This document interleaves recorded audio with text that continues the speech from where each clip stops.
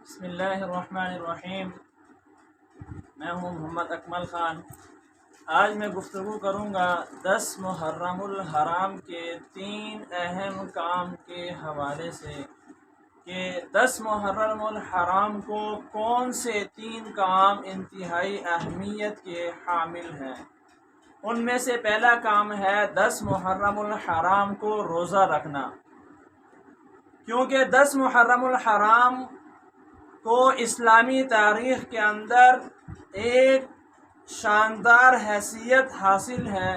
چنانچہ جب رمضان المبارک کے روزے فرض نہیں ہوئے تھے، رمضان کے روزوں کی فرضیت سے پہلے 10 محرم الحرام کا ایسا دن تھا کہ جس کو روزہ رکھنا فرض تھا، لیکن جب رمضان المبارک کے روزے فرض ہوئے تو اس کے بعد 10 محرم الحرام کے روزے کی فرضیت جو ہو گئی وہ ختم ہو گئی۔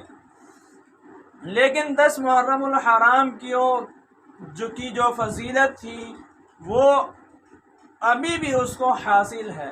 چنانچہ آپ علیہ السلام نے فرمایا کہ جو شخص 10 محرم الحرام کو روزہ رکھے گا تو مجھے اللہ تعالیٰ سے امید ہے کہ اللہ تعالیٰ گزشتہ 1 سال کے روزے کا کفارہ اس کو بنا دے گا۔ یعنی جو شخص 10 محرم الحرام کو روزہ رکھے، اللہ تعالیٰ اس کے گزشتہ 1 سال کے گناہ معاف فرما دیں گے۔ اتنی اہمیت کا حامل یہ 10 محرم الحرام کا روزہ ہے۔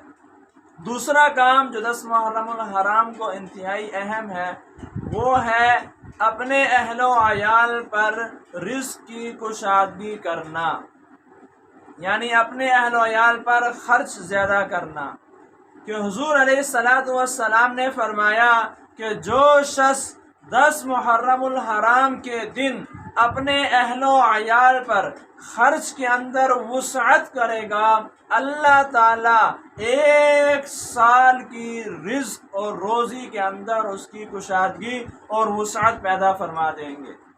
یعنی جو شخص عام حالات میں اپنے گھر کے اندر ایک ڈش تیار کرتا ہے، اگر 10 محرم کے دن اس نے 2-3 ڈشیں اور عمدہ کھانا اپنے گھر والوں کے لیے تیار کیا، اپنے اہل و عیال کے لیے تیار کیا، تو اللہ تعالیٰ اس کی برکت سے 1 سال تک اس کا رزق جو ہے اللہ تعالیٰ کشادہ اور وسیع فرما دیتے ہیں۔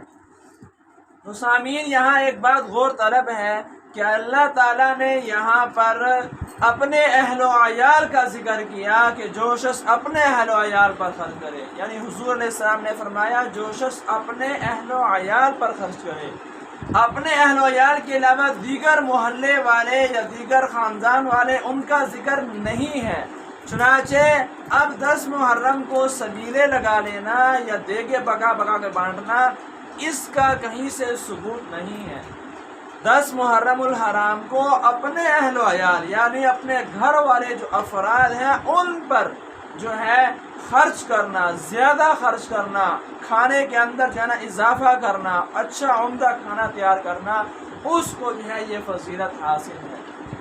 اور تیسرا کام ہے 10 محرم الحرام کو توبہ اور استغفار کرنا، کہ جو شخص 10 محرم الحرام کو توبہ اور استغفار کرے گا، اللہ تعالیٰ اس کے گناہوں کو معاف فرما دیں گے۔ اس لیے کہ 10 محرم الحرام ہی وہی دن ہے کہ جس دن حضرت آدم علیہ السلام کی توبہ قبول ہوئی تھی۔ تو جب ہمارے ابا جی جد امجد حضرت آدم علیہ السلام کی توبہ 10 محرم الحرام کے دن قبول ہوئی تو اللہ تعالیٰ سے قوی امید ہے کہ اللہ تعالیٰ ہماری بھی 10 محرم الحرام کو مغفرت اور توبہ قبول فرمائیں گے۔ تو یہ 3 کام جو کہ 10 محرم الحرام کو انتہائی اہمیت رکھتے ہیں، اللہ تعالیٰ سے دعا ہے کہ اللہ تعالیٰ ان تینوں کاموں پر مجھے بھی اور آپ سب کو بھی عمل کرنے کی توفیق عطا فرمائے۔ السلام علیکم ورحمۃ اللہ وبرکاتہ۔